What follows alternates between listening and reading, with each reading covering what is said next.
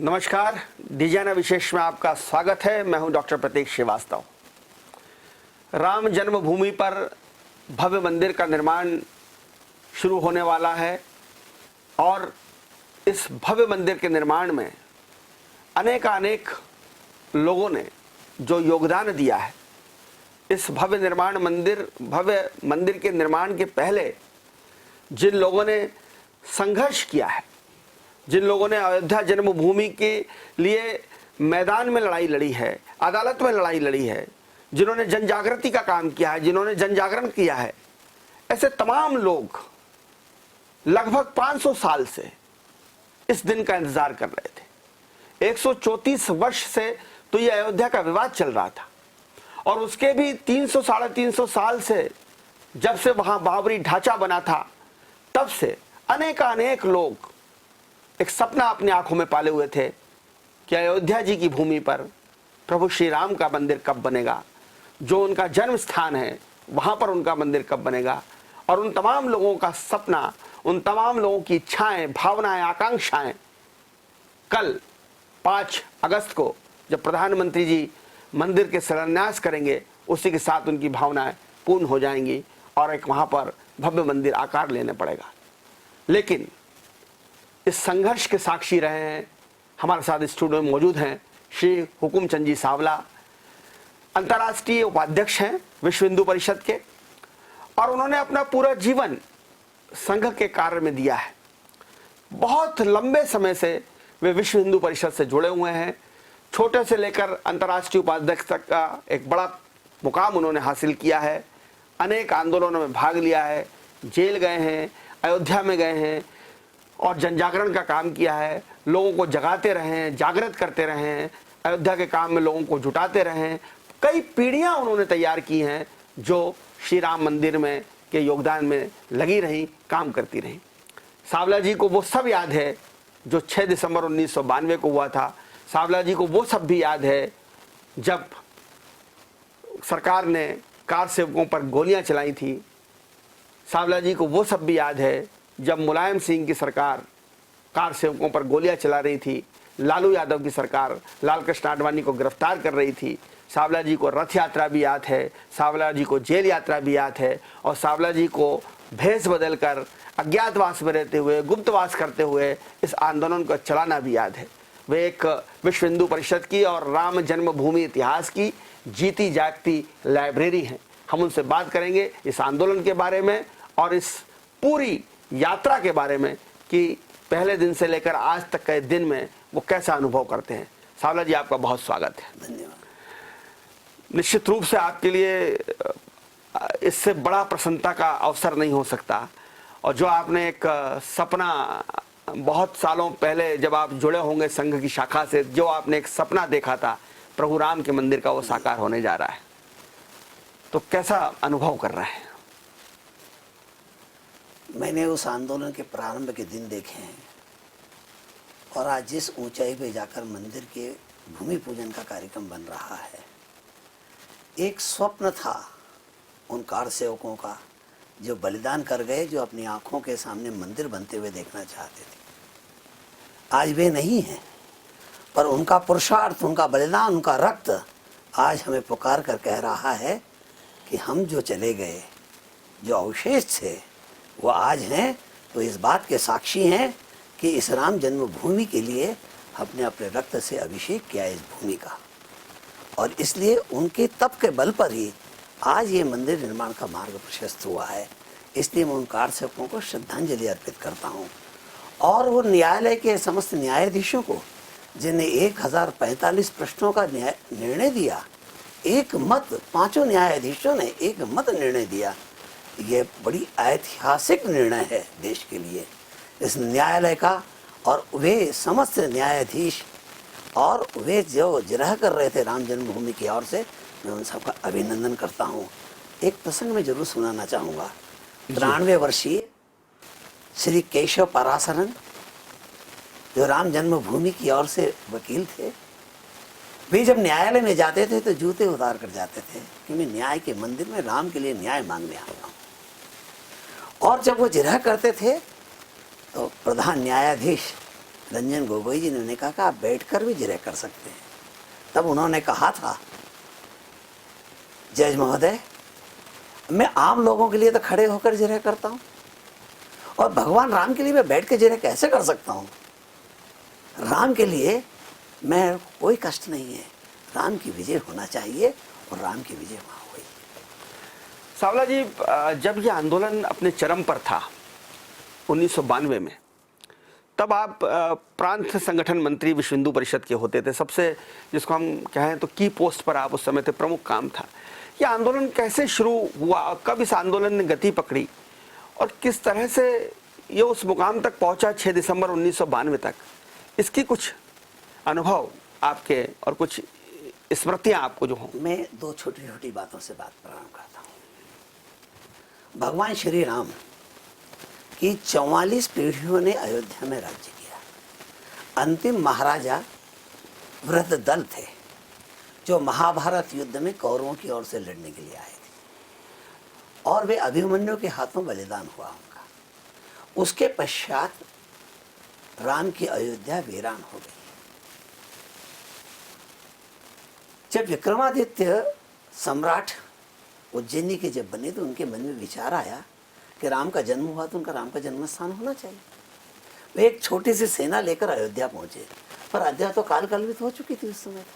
सरयू ने भी अपना प्रभाव बदल लिया था। तो राम का जन्म स्थान है तो मिलना चाहिए, तो वे प्रतिदिन खोजते थे कि राम का जन्म स्थान कहाँ है। एक दिन दोपहरी में वो एक पेड़ के ऊपर की छाया में बैठे हुए थे। देखते कि यहाँ के एक व्यक्ति भरी दोपहरी में घोड़े पर बैठकर आ रहा है। वह आधे काले रंग का और आधे गोरे रंग का है। इनको आश्चर्य हुआ कि आदमी आधा काला गोरा कैसे हो सकता है। देखते क्या है कि एक चमत्कार और घटित हुआ कि वो व्यक्ति सरयू में घोड़े सहित प्रवेश कर गया, गायब हो गया। ये उठकर खड़े हुए कि गया कहाँ व्यक्ति। थोड़ी देर में वो बाहर निकले तो वह पूर्ण गौर वर्ण के थे, और फिर से जिस मार्ग से आए तो उस मार्ग से लौट रहे थे। ये दौड़ते उनके पास गए कि प्रभु ये क्या चमत्कार है, अभी आप आधे काले और आधे गोरे थे और आज आप गौर वर्ण के होकर के निकले, क्या बात है। उन्होंने कहा मेरा नाम प्रयागराज है, लोग वहां आकर पापों का प्रक्षालन करते हैं, इसलिए मैं आधा गोरा और आधा काला हो जाता हूँ। मैं अपने पापों के प्रक्षालन के लिए मैं सरयू जी में वर्ष में एक बार आता हूँ, तो मैंने पापों का प्रक्षालन हो गया है, इसलिए मैं गौर वर्ण का हो गया। प्रभु अगर आप प्रयागराज हैं तो ये बताइए कि राम का जन्म स्थान कहाँ है। विक्रमादित्य को उन्होंने कहा कि मैं ज़्यादा मदद तो नहीं कर सकता, पर आपकी इतनी मदद कर सकता हूँ कि जिस स्थान पर गाय चारों थन का दूध छोड़ती है वही राम का जन्म स्थान है। वे हर्षित हो गए, रोमांचित हो गए। उन्होंने कहा कल दूसरे दिन से गायों के पीछे घूमना प्रारंभ किया। एक दिन देखते हैं गोदोले बेला में एक गाय छोटे से टीले के ऊपर गई और अपने चारों थन का दूध छोड़ा। अभिषेक वो दृश्य देख करके रोमांचित आंखों से अश्रु टपकने लगे। आदेश हुआ खुदाई की जाए। खुदाई करते करते जब अंदर पहुंचे तो वहाँ एक छोटा सा राम का मंदिर निकला जो राजा अरण्य ने अपने परदादा राम का बनाया था। उस स्थान पर विक्रमादित्य ने 9 मंजिल ऊंचा मंदिर बनाया, इसे 23 मार्च 1528 में बाबर ने आकर तोड़ा। ये 77वीं लड़ाई प्रारंभ थी राम जन्मभूमि मुक्ति के लिए। जब ये 77वीं लड़ाई थी, जिस समय राम का मंदिर टूट रहा था, उस समय संघर्ष करने के लिए बीटी का राजा मेहताब सिंह 1,74,000 सैनिकों को लेकर डट गया मैदान में। महीनों युद्ध चलता रहा, सब बलिदान हो गए। उसके बजाय देवी दीन पांडे वह 90,000 सैनिकों को लेकर युद्ध के मैदान में जाकर डटा। लड़ते लड़ते लड़ते कई दिनों तक युद्ध चलता रहा, वे बलिदान हो गए। उसके पश्चात हरेश्वर का राजा रणविजय सिंह 14,000 सैनिकों को लेकर जाकर लड़ा, वह भी लड़ते लड़ते बलिदान हो गया। उनकी रानी जय राजकुमारी, आप सुनकर आश्चर्य करेंगे, 3,000 स्त्रियों की सेना लेकर, महिला सेना को लेकर जाकर लड़ते लड़ते वो बलिदान हो गई। युद्ध समाप्त नहीं हुआ था, युद्ध जारी था। उसके पश्चात दादा वैष्णव, बाबा वैष्णवदास बैरागी ने साधु संतों का संगठन किया। उनका नारा था, एक हाथ में भाला दूसरे हाथ में माला, प्रभु का जाप करेंगे, शत्रु आएगा तो उसके भाले से उसको छेदन कर देंगे हम। जब वो लड़ते लड़ते जब हताश होने की स्थिति आई तो उन्होंने गुरु गोविंद सिंह जी महाराज को समाचार भेजा कि हमारी मदद करें। वहाँ से निहों की टुकड़ी आई, उसने भी जमकर युद्ध किया। युद्ध करते करते वो बलिदान हो गए। आज भी ब्रह्मकुंड गुरुद्वारा जो वहाँ है, उस समय के शस्त्र वस्त्र सब रखे हुए हैं, जो इस बात के साक्षी हैं कि सिख कभी वहाँ लड़ने के लिए आए थे। साधु लड़े, संत लड़े, निहंग लड़े, दिगंबर लड़े, नागा साधु लड़े, स्त्रियां लड़ी, राजा लड़े, 3,74,000 लोगों ने बलिदान कर दिया। 78वीं लड़ाई प्रारंभ हुई 1984 में। उस समय में अशोक जी सिंघल, नृत्य गोपाल दास जी महाराज, रामचंद्र दास परमहंस जी महाराज, मोरोपंत जी पिंगले, ऐसे संप्रति लोगों ने मिलकर तय किया कि राम जन्मभूमि मुक्त होना चाहिए। कानून की लड़ाई तो हम 1950 से लड़ रहे हैं, जिसकी पूर्णाहुति 9 नवंबर 2019 को हुई है कानून की लड़ाई। पर मैदानी लड़ाई इन लोगों ने लड़ी थी, ये 78 में लड़ाई थी मेरे मित्रों। 3,74,000 लोगों ने बलिदान दिया था 77वीं लड़ाई। और संघ ने इसको कब, इस पूरे आंदोलन को संघ ने अपने हाथ में कब ले लिया? मोरोपंत जी पिंगले पहले दिन से इस आंदोलन के साथ थे। वह संघ के उस समय में केंद्रीय पदाधिकारी थे। अशोक जी सिंघल की पीठ पर उनका हाथ था। अशोक जी सिंघल सारे युद्ध यथार्थ आंदोलन की तैयारी करते थे और संघ का जहाँ से आवश्यक सहभाग था, संघ की ओर से मोरोपंत जी पिंगले हमारा मार्गदर्शन करते थे। सारे साधु संत महात्माओं ने अयोध्या के सरयू तट पर जाकर सरयू का जल लेकर हाथ से अभिषेक करते हुए, अंजलि छोड़ते हुए संकल्प किया था, राम जन्मभूमि मुक्ति कराकर मंदिर निर्माण जब तक नहीं हो जाएगा हम शांत नहीं बैठेंगे। उस दिन से ये प्रारंभ हुआ है संघर्ष 1984 से, और तब से निरंतर ये 78वीं लड़ाई है। मैं प्रतीक जी एक बात कहना चाहता हूँ, लड़ाई और युद्ध में अंतर होता है। यह 78वीं लड़ाई शुरू हुई, युद्ध एक है जिस दिन से मंदिर टूटा, और जब तक मंदिर नहीं बन जाता तब तक युद्ध जारी रहेगा। महाभारत का युद्ध एक था, लड़ाइयाँ 18 थी। राम रावण का युद्ध एक था, लड़ाइयाँ 27 थी। इसी प्रकार राम जन्मभूमि का युद्ध एक है। 5 अगस्त को यह युद्ध पूर्ण होकर मंदिर निर्माण का कार्य प्रारंभ हो जाए।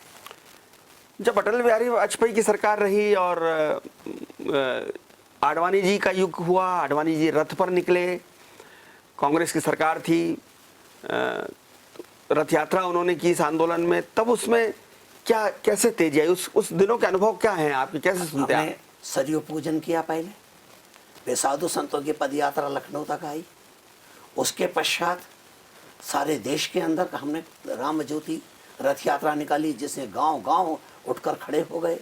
सब राम ज्योति के दर्शन करने के लिए वहाँ आए, राम रथ के लिए आए। राम ज्योति हुई, राम खिचड़ी हुई, राम रंग हुआ, और फिर राम पादुका पूजन हुआ। उसके बाद फिर राम शिला पूजन हुआ, जिसने 2,40,000 ग्रामों में राम शिला का पूजन हुआ था, जिसमें 6 से 7 करोड़ लोगों ने सहभागिता अंकित की थी। सवा रुपया लोग जो देने वाले लोग थे, उन्होंने 8.25 करोड़ रुपया उस समय जमा करके दिया था। इसके कारण सारे देश के अंदर राममय वातावरण बन गया था। लोग बलिदान के लिए उद्यत थे। उस समय 30 अक्टूबर 1 नवंबर को 1990 को जब वहाँ कार सेवक गए, जिस समय उनको रोकने का प्रयत्न किया गया था, जब मुलायम सिंह की सरकार थी, जिस मुलायम सिंह की सरकार ने यह घोषणा की थी कि परिंदा भी पर नहीं मार सकता है, तब अनेक वेश बदल बदल करके लोग अयोध्या में पहुंच चुके थे। आप कैसे पहुंचे थे? नहीं, मैं वहाँ उस समय नहीं पहुंचा था। उस समय मध्य भारत मेरे पास था। यहाँ से कार से लोगों को पहुँचाने का दायित्व मेरे पास था। हमने यहाँ से गुप्त वाहिनियाँ बनाई थी। वे अलग अलग प्रकार से 300-300 किलोमीटर पैदल चल करके अयोध्या पहुँच गए थे लोग। कोई साधु वेश में पहुँचा था, कोई लुंगी पहनकर पहुँचता था वहाँ पर, कोई किस वेश में पहुँचता था, अलग अलग प्रकार से पहुँचे। साहब जब ये घोषणा हो गई कि कोई आ नहीं सकता, परिंदा भी पर मार नहीं सकता, सब कदम कदम पर पुलिस लगी हुई थी, कदम कदम पर सेना के लोग लगे हुए थे। उस समय अशोक सिंघल रात्रि को पहुंचे, 29 अक्टूबर की रात्रि को पहुंचे, और रात्रि को ही प्रेस खुला, पर्चे छपे, और सारे मठों में पर्चे रात में ही बांट दिए गए। सवेरे दूध वाला जो दूध देने जाता है, वो दूध की टंकी में पर्चे लेकर गया और मंदिर और मठों में डाल कर आया। उस पर स्पष्ट लिखा था, मैं अशोक सिंघल अयोध्या पहुंच चुका हूं, कल ठीक 10:30 बजे अपना आंदोलन प्रारंभ होगा। और ठीक 10:30 बजे अशोक सिंघल बाहर निकले। उन्होंने जय श्री राम का नारा लगाया। घरों से कार सेवक निकल आए, मठों से कार में आए, साधु संत महात्मा निकल आए और राम जन्मभूमि की ओर तरफ आगे बढ़ने लगे। उधर से गोलियां चलने लगी, रोकने का प्रयत्न किया गया। वहाँ एक ट्रक खड़ा हुआ था। वो ट्रक कैसे आया था, किसने लाया था, ये पता नहीं है, पर एक साधु जो ड्राइवर था वो जानता था। वो साधु वेश में था, वो ड्राइवर उस पर बैठा और सारे बैरिकेड तोड़ते हुए राम जन्मभूमि के स्थान तक वो ट्रक लेके चला गया। फिर तो क्या था, कार से दौड़े, उसमें राम कोठारी और शरद कोठारी उसके गुंबज पर चढ़े, कई सैकड़ों कार सेवक चढ़ गए, जिसको जो लगता था हाथ में कोई शस्त्र वस्त्र होता नहीं, जो कोई ईंट उखाड़ रहा है, कोई जाली उखाड़ रहा है, कोई उसका प्लास्टर गिरा रहा है, और जो ऊपर चढ़ गए उन्होंने राम का ध्वज फहरा दिया। ये वो दिन था। सरकार ने गोलियां चलाने का आदेश दिया। सरकार ने कहा कि 16 लोग मरे हैं, और दूसरे दिन 2 नवंबर को घरों से निकाल कर सीआरपीएफ के जवानों ने उन्हें मारा। उनकी संख्या 44 थी। कार से बलिदान। उसी समय ये शरद कोठारी को घर में से बाहर निकालकर सड़क पर डालकर उसको गोली मारी गई। तब भाई राम 23 साल की उम्र का दौड़ते हुए आया अपने भाई को बचाने के लिए, उसको गोली मारी, वो मरा। संसोफा करके राजस्थान के कार्यकर्ता थे, उसको जब गोली मारी तो उसने रक्त से धरती पर लिखा सीताराम। ऐसे 44 लोगों का बलिदान हुआ। कई लोगों को सरयू में उसको प्रभावित कर दिया गया, इनका पता नहीं। उसके पश्चात 4 अप्रैल 1991 को दिल्ली के में आह्वान हुआ। 15 लाख कार सेवक वहां पहुंचे थे, राम भक्त पहुंचे थे। जिधर देख तो वहां नरमुंड ही नरमुंड दिखाई देते थे। मंच से जो बैठा हुआ व्यक्ति, वो कहाँ तक व्यक्ति बैठा हुआ है वो दिखाई नहीं देता था, और जहाँ जो देखता था मंच पर कौन है, खाली आदमी दिखाई देता था, चेहरा नहीं दिखाई देता था। इतने 15 लाख लोग थे। तब मैं निवेदन करना चाहता हूँ, 11 मई 1993 को स्वामी वामदेव जी महाराज परमहंस साधुओं के प्रतिनिधि मंडल के लिए 7 राष्ट्रपति के पास गए थे। उन्होंने हस्ताक्षरित ज्ञापन दिया था। उसमें हिंदुओं के हस्ताक्षर थे 9,91,73,553, जिसके अंदर मुसलमानों के हस्ताक्षर थे 3,97,388, जिसमें ईसाइयों के हस्ताक्षर थे 1,74,000, जिसमें हमने खुली मांग की थी राम जन्मभूमि हिंदुओं को सौंप दी जाए और भव्य मंदिर का निर्माण हो। ये इतना बड़ा आंदोलन खड़ा हुआ। उसके फिर रामशिला पूजन जब हुआ, सारा देश आंदोलित होकर खड़ा हो गया, और उसकी परिणति 6 दिसंबर 1992 को जो अपमान का ढांचा था उसे गिराकर, एक कल्पना कीजिए। आप थे 6 दिसंबर 92 को अयोध्या में? नहीं, तब भी मैं यहीं था, क्योंकि उस समय दंगे का माहौल सारे प्रदेश के अंदर था। तब उस समय कार सेवकों को भेजना और यहाँ जो कार सेवकों के परिवार हैं वे सुरक्षित रहना चाहिए, उस दायित्व का निर्वाह मैं यहाँ कर रहा था। उसके बाद कार सेवा में गया हूँ मैं, बाद में कार सेवा भी करके आया हूँ मैं वहाँ पर उस समय मुझे संगठन का आदेश था, इसलिए मैं यहाँ था। मैं एक बात कहना चाहता हूँ, जो आज मंदिर का वहाँ भूमि पूजन करने जा रहे हैं और इतना बड़ा उत्साह का वातावरण है, एक कल्पना कीजिए कि ढांचा ना गिरा होता 1992 में, तो क्या सर्वोच्च न्यायालय ढांचे गिराने का आदेश दे सकता था? कोई सरकार ढांचा गिराने का आदेश दे सकती थी? धन्य है वे बलिदानी जिनने अपना रक्त चढ़ाकर जिस भूमि को पवित्र किया है, जिसके कारण आज मंदिर निर्माण का। और कल्याण सिंह को अपनी सरकार बलिदान करना पड़ी। कल्याण सिंह नहीं की सरकार नहीं, 3 सरकारें उसमें बलिदान हुई। जहाँ कंकड़ नहीं फेंका था वो सरकार में बलिदान हो गई।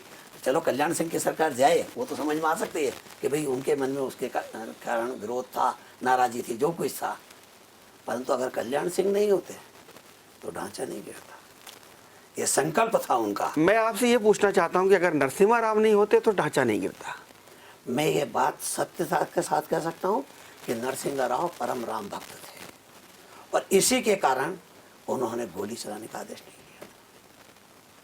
आईबी के लोग जब उनके पास पहुंचे, जब उनके पास उनके चीफ सेक्रेटरी और बड़े अधिकारी पहुंचे कि वहाँ इस तरह की अयोध्या में स्थिति बन रही है, वहाँ ढांचा गिर सकता है, वहाँ अर्जुन सिंह जी बहुत विरोध कर रहे थे, तो नरसिम्हा राव ने कहा कि अभी मैं विश्राम करने जा रहा हूँ, मैं सो के जब उठूँगा तो आपको बताऊँगा क्या करना है। और वे विश्राम करने सोने चले गए। उनके निकटतम पत्रकार, उनसे अपने लोगों ने पूछा कि नरसिंह राव का सोच क्या है, क्या आप समझते हैं कि नरसिंह राव रहते हुए गोली चल सकती है वहां पर? एक ही उत्तर था, और उसके आधार पर मैं कह सकता हूं नरसिंह राव के मन में राम की भक्ति थी, इसलिए उन्होंने राम भक्तों का रक्त नहीं बहाया। पर बहुत सारे धर्मनिरपेक्ष लोग, बहुत सारे वामपंथी लोग, बहुत सारे पत्रकार और मुस्लिम समुदाय को भी कहीं ना कहीं इस बात का दर्द है, पीड़ा है कि वो ढांचा जो गिराया गया वो आतंकवादी घटना थी या वो एक तरह से गैर कानूनी घटना थी। बात यह है कि बाबर ने जब राम मंदिर तोड़ा था तो वो कानूनी था क्या? बाबर ने जब राम मंदिर तोड़ा तो वो कानूनी था क्या? गैर कानूनी का जवाब गैर कानूनी कैसे हो गया? मेरा इतना ही कहना है, जिसका अधिकार है, जो मंदिर है, जो आस्था का विषय है, वो कानून और गैर कानून की परिधि से बाहर होता है।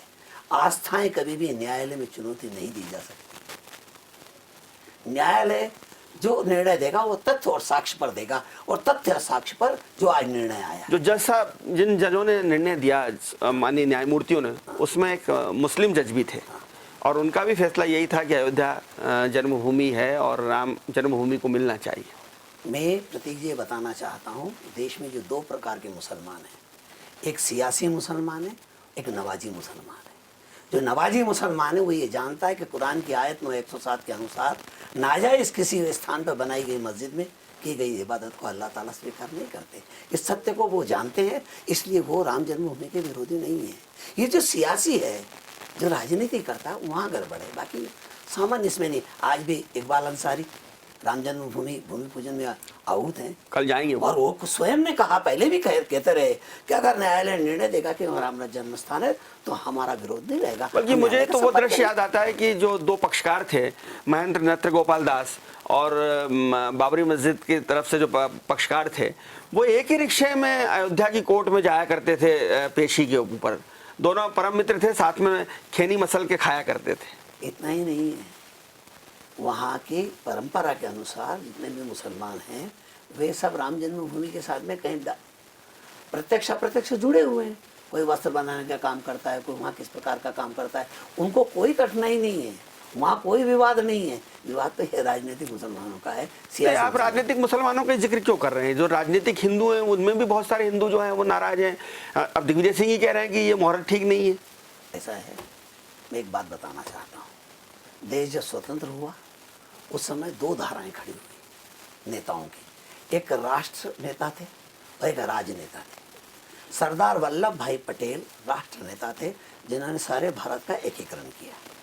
जो 25 दिसंबर 1949 को वहाँ सोमनाथ गए और समुद्र में खड़े होकर हाथ में जल दे करके अंजलि भगवान को सूर्य को चढ़ाकर उन्होंने कहा, मैं भारत का प्रथम गृह मंत्री ये घोषणा करता हूँ कि दास्ता के चिन्ह को हटाकर, ये मस्जिद उधर का सोमनाथ स्थान बने हुए, इसे हटाकर स्वाभिमान का सोमनाथ के मंदिर का निर्माण करूंगा। उसके पश्चात नेहरू जी तो विरोध में थे उसके। नेहरू जी व्यक्तिगत तौर पर विरोध में थे, पर उनके मंत्रिमंडल में यह प्रस्ताव सोमनाथ मंदिर का आया, जिस मंत्रिमंडल में शिक्षा मंत्री अबुल कलाम आजाद थे। उस मंत्रिमंडल में यह प्रस्ताव पारित हुआ कि सोमनाथ का मंदिर बनना चाहिए। और 11 मई 1951 को राष्ट्रपति राजेंद्र बाबू जिसके प्राण प्रतिष्ठा समारोह में गए, मैं वर्तमान में जो शिला पूजन करने जा रहे हैं उन प्रधानमंत्री जी को भी कहना चाहता हूं कि जब प्राण प्रतिष्ठा समारोह हुआ 121 तोपों की सलामी भगवान सोमनाथ को दी गई। पर ओवैसी ये कह रहे हैं कि प्रधानमंत्री को, जो कि वो एक धर्मनिरपेक्ष सरकार के प्रधानमंत्री हैं और सरकार में रहती हो, उनको इस तरह के कार्य में नहीं जाना चाहिए। व्यक्तिगत नरेंद्र मोदी जा सकते हैं, प्रधानमंत्री, भारत का प्रधानमंत्री मंदिर में नहीं जाएगा। मेरा कहना है राजेंद्र बाबू गए कि नहीं गए? उनका कहना है वो भी गलत गए। नहीं, तो ये उस समय पैदा होकर पता उनको मना करते। जिस समय कोई व्यक्ति मस्जिद में जाता है तो सांप्रदायिक नहीं होता है, और मंदिर में जाता है तो आदमी सांप्रदायिक कैसे हो जाता है? जिस मंत्रिमंडल में सोमनाथ का प्रस्ताव पारित हुआ, आप सियासी वो दे सकते हैं। ईद जो रोजे के बाद जो इफ्तारी होती है, वो इफ्तार की दावत दी जा सकती है, सरकार से दी जा सकती है। सब राज्य की सरकारें कर सकती हैं और केंद्र सरकार कर सकती है रोजा इफ्तारी का कार्यक्रम, उसमें कोई तकलीफ नहीं है।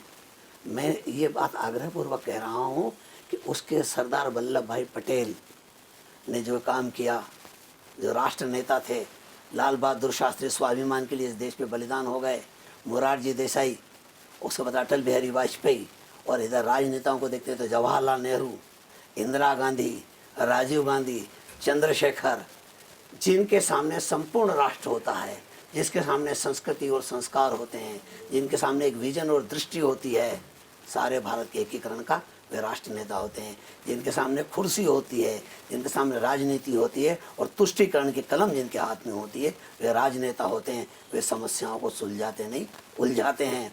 मेरा कहना यह है कि जो आज ये ज्योतिषी हो गए क्या, दिग्विजय सिंह, जो आज ये घोषणा कर रहे हैं कि ये तीर्थ तिथि गलत है, ये विचार करना चाहिए। वो सामान्य प्रश्न पूछ रहे हैं सावला जी कि चातुर्मास में कोई शुभ काम नहीं होता है, देव सोए हुए हैं। मेरा ये कहना है इनको ये समझ में आ रहा है, इसके पहले भी लोगों को समझ में आ रहा था, जो न्यायालय में चले गए थे कि भूमि पूजन नहीं होना चाहिए। इसके पहले भी लोगों को समझ में आ रहा था, कपिल सिब्बल ने कहा था कि राम का मंदिर बनेगा तो मैं आत्महत्या कर लूंगा। उसके पहले भी राजीव धवन को समझ में आ रहा था कि हम नहीं बनने देंगे। जो राम सेतु को भी तोड़ने पे उतारे हो गए, जो राम को काल्पनिक मानते हैं, जो राम को अस्तित्व को ही नहीं मानते, उनको मुहूर्त बोलने का अधिकार क्या है? उनको मुहूर्त बोले, जब तुम राम को मानते ही नहीं हो तो मुहूर्त बोलने का। कमलनाथ जी तो सुंदरकांड कर रहे हैं, ऐसा नहीं इसलिए करना पड़ेगा क्योंकि ये जितने भी विरोध करने वाले हैं, ये दिन में तो रोजी रोटी के लिए राम को गाली देते हैं और रात्रि को भगवान राम से क्षमा याचना करते हैं। आज मैंने जब ये समाचार सुना कि आज वो हनुमान चालीसा पाठ कर रहे हैं, तो मैं भगवान से प्रार्थना करता हूँ कि जब भगवान सोए हुए हैं तो हनुमान जी आएँ और इन सबको आशीर्वाद प्रदान करें ताकि इनकी बुद्धि ठीक हो जाए। सावला जी, ये पूरा जो आंदोलन का आपने इतिहास बताया, सारा जिक्र का आपने किया, न्यायालय तक गया, लेकिन इसके ये न्यायालय तक क्यों जाना पड़ा? क्या ये सिर्फ हिंदुस्तान की दुर्बलता है, भारत का कुछ दुर्भाग्य है, या भारत की दुर्बलता है, या भारत का बड़ा महान संविधान है, या भारत का प्रजातंत्र इतना मजबूत है कि ये भारत में ऐसा हो सकता है कि हम राम को लेकर बहस हो, कोर्ट में मामला जाए? इंग्लैंड में जीसस को लेकर कोई बहस नहीं हो सकती, मक्का में अल्लाह ताला को लेकर कोई बहस नहीं हो सकती, लेकिन भारत में भगवान राम को लेकर बहस हो सकती है। तो क्या ये हमारे लोकतंत्र की मजबूती है या मजबूरी है? विश्व में विस्तारवादी शक्तियों ने वहाँ के चर्च तोड़े हैं, परंतु वहाँ आंदोलन खड़े नहीं हुए। भारत की जीवनी शक्ति है कि हम संघर्षरत रहे हैं आज तक। हमने अपमान का प्रतिकार करना सीखा है, तब से हम निरंतर, जब देश स्वतंत्र हुआ, संविधान लागू हुआ, तो संविधान के प्रत्येक पृष्ठ के ऊपर राम के चित्र हैं, वन गमन के चित्र हैं, जो इस बात का साक्षी है कि राम इस देश में पैदा हुए थे। राम इस देश की आस्था के प्रतीक हैं, राम इस देश की संस्कृति के परिचायक हैं, राम इस देश की विरासत है। तब से संघर्षरत रहा है भारत और उस प्रतिकार का बदला लेने के लिए उद्यत रहा है। तो प्रजातंत्र जब लागू हुआ, संविधान जब हुआ, न्यायालय आया है, तो हमने ये कहा, भारत के नागरिक ने कहा, हम संघर्ष मैदान में भी करेंगे, न्यायालय में भी करेंगे। आप जब संघर्ष का इतना बड़ा इतिहास बता रहे हैं, मोरोपंत पंगले जी का आप जिक्र कर रहे हैं, लेकिन एक नाम आप भूल गए, प्रवीण तोगड़िया जी का। उन्होंने भी उस दौरान बहुत संघर्ष किया, आप उनका नाम नहीं ले रहे। ऐसा है, प्रवीण तोगड़िया तो बाद में आए। जिस समय कार सेवा जा रहे थे उस समय वो भी थे उस कार सेवा। उस समय वो विश्व हिंदू परिषद के अंतर्राष्ट्रीय महामंत्री नहीं थे, वो एक प्रांत के मंत्री थे उस समय मैं इस प्रांत का संगठन मंत्री था, वो उस प्रांत के मंत्री थे। उनका योगदान है अपनी जगह, हमारा उससे कोई विरोध नहीं है। और राम का मंदिर बनने की जब बात आई तो उनको भी उतना ही आनंद हुआ जितना हमको आनंद हो रहा है। उसमें कोई उनके प्रति हमारे मन में नहीं, और उनका भी कोई राम के प्रति कोई विरोध नहीं। उनका तो और आगे का कहना है कि कृष्ण जन्मभूमि में काशी विश्वनाथ की भी बात करना चाहिए। तो पहले हमने कहा राम का मंदिर बन जाना, तो बाकी फिर बाद में सोचेंगे। ये एजेंडे में है विश्व हिंदू परिषद के काशी और मथुरा? हमारी स्पष्ट घोषणा है, 3 नहीं तो 3000। हम पहले दिन से कह रहे हैं ये बात, परंतु इस समय में हम काशी मथुरा की बात 3 नहीं, मतलब अयोध्या, काशी और मथुरा। हाँ, अगर ये हिंदुओं को नहीं मिली तो 3000 ऐसे मंदिर हैं जो, हाँ, जो तोड़कर बनाए हैं। Meenakshi Jain the flight of deities, उस पुस्तक में उसने मुल्तान से लगाकर गुरुवायर केरल के तक के जितने मंदिरों को तोड़ा, उसका वर्णन किया गया। इतना ही नहीं, जो नीरज चौधरी है, उनने कहा जीवित जागृत समाज ही अपमान का बदला लेता है। आपने गाड़ी में रिवर्स गियर डाल दिया है, इतिहास में आपने रिवर्स गियर डाल दिया, पीछे की तरफ जाना चाहते हैं कि ये मंदिर तोड़ा था, वो मंदिर तोड़ा था, ये हुआ था, वो हुआ था। एक तरह से ऐसा लगता है कि आप बैक में हैं, रिवर्स गियर में हैं। हमने पहले कहा कि हम पहले राम का मंदिर बनाना चाहते हैं, वो मंदिर बनकर तैयार हो जाने दीजिए, आने वाली पीढ़ियां स्वयं इस सारे प्रश्न का उत्तर ढूंढेगी। आप उसकी चिंता मत कीजिए। जीवित जागृत समाज कभी भी चुप नहीं रहता है और कभी भी वो अन्याय और अत्याचार को नहीं सहता है। बहुत धन्यवाद सावला जी आपका। आपने बहुत प्रमुखता के साथ प्रमुख घटनाओं क्रमों का इतिहास जो हमारे दर्शकों को बताया, हम उसके लिए आपका धन्यवाद देते हैं। मैंने कहा था कि हुकुमचंद सावला एक जीवित लाइब्रेरी हैं इस आंदोलन की, और जिस तरह से उनको आंकड़े मुख जवानी याद हैं, घटनाएं उनको मुख जवानी याद है इस आयु में भी, वो ये बताती हैं कि वो प्राणपण से इस आंदोलन में रमे हुए हैं, जुटे हुए हैं। और विश्व हिंदू परिषद ने जो संकेत दिया है कि 3 नहीं तो 3000, ये समझने वाली बात है कि भारत राष्ट्र अब जाग गया है, ऐसा सावला जी कह रहे हैं। और हमें ये देखना होगा कि जब भव्य राम मंदिर का निर्माण हो जाएगा तो उसके बाद हम किस दिशा में देश बढ़ेगा और किस दिशा में विश्व हिंदू परिषद जाएगी, ये भी, इसके संकेत भी इस बातचीत में, इस वार्तालाप में मिल रहे हैं। जी, आपने आडवाणी जी का उल्लेख किया था। आडवाणी जी ने रथ यात्रा निकाली और बिहार में आई तो लालू प्रसाद मुख्यमंत्री तो उनको गिरफ्तार कर लिया, जेल में डाल दिया। और मुलायम सिंह की सरकार गोलियां देश चलाई में थी, उनने गोलियां चलाई। देखिए दृश्य, 93 वर्ष के आडवाणी जो जेल गए थे, वे आज राम जन्मभूमि शिलान्यास के वर्चुअल साक्ष्य हैं। और जिन्होंने उन्हें जेल में डाला था वो आज जेल में चक्कियां पीस रहे हैं। जिनने गोलियां चलाई थी वह 75 वर्षीय मुलायम सिंह आज अस्पताल में गोलियां खा रहे हैं। ये राम जी की लीला है। तो राम जी सब आगे सब दिखाने वाले हैं, आप चिंता ना करें। राम जी ने मार्ग दिखाया, राम जी ने अभी तक का मार्ग दिखाया, राम जी आगे का भी मार्ग दिखाएंगे। धन्यवाद सावला जी। राम जी सबकी भली करें। देखते रहिए ढिजाना न्यूज़।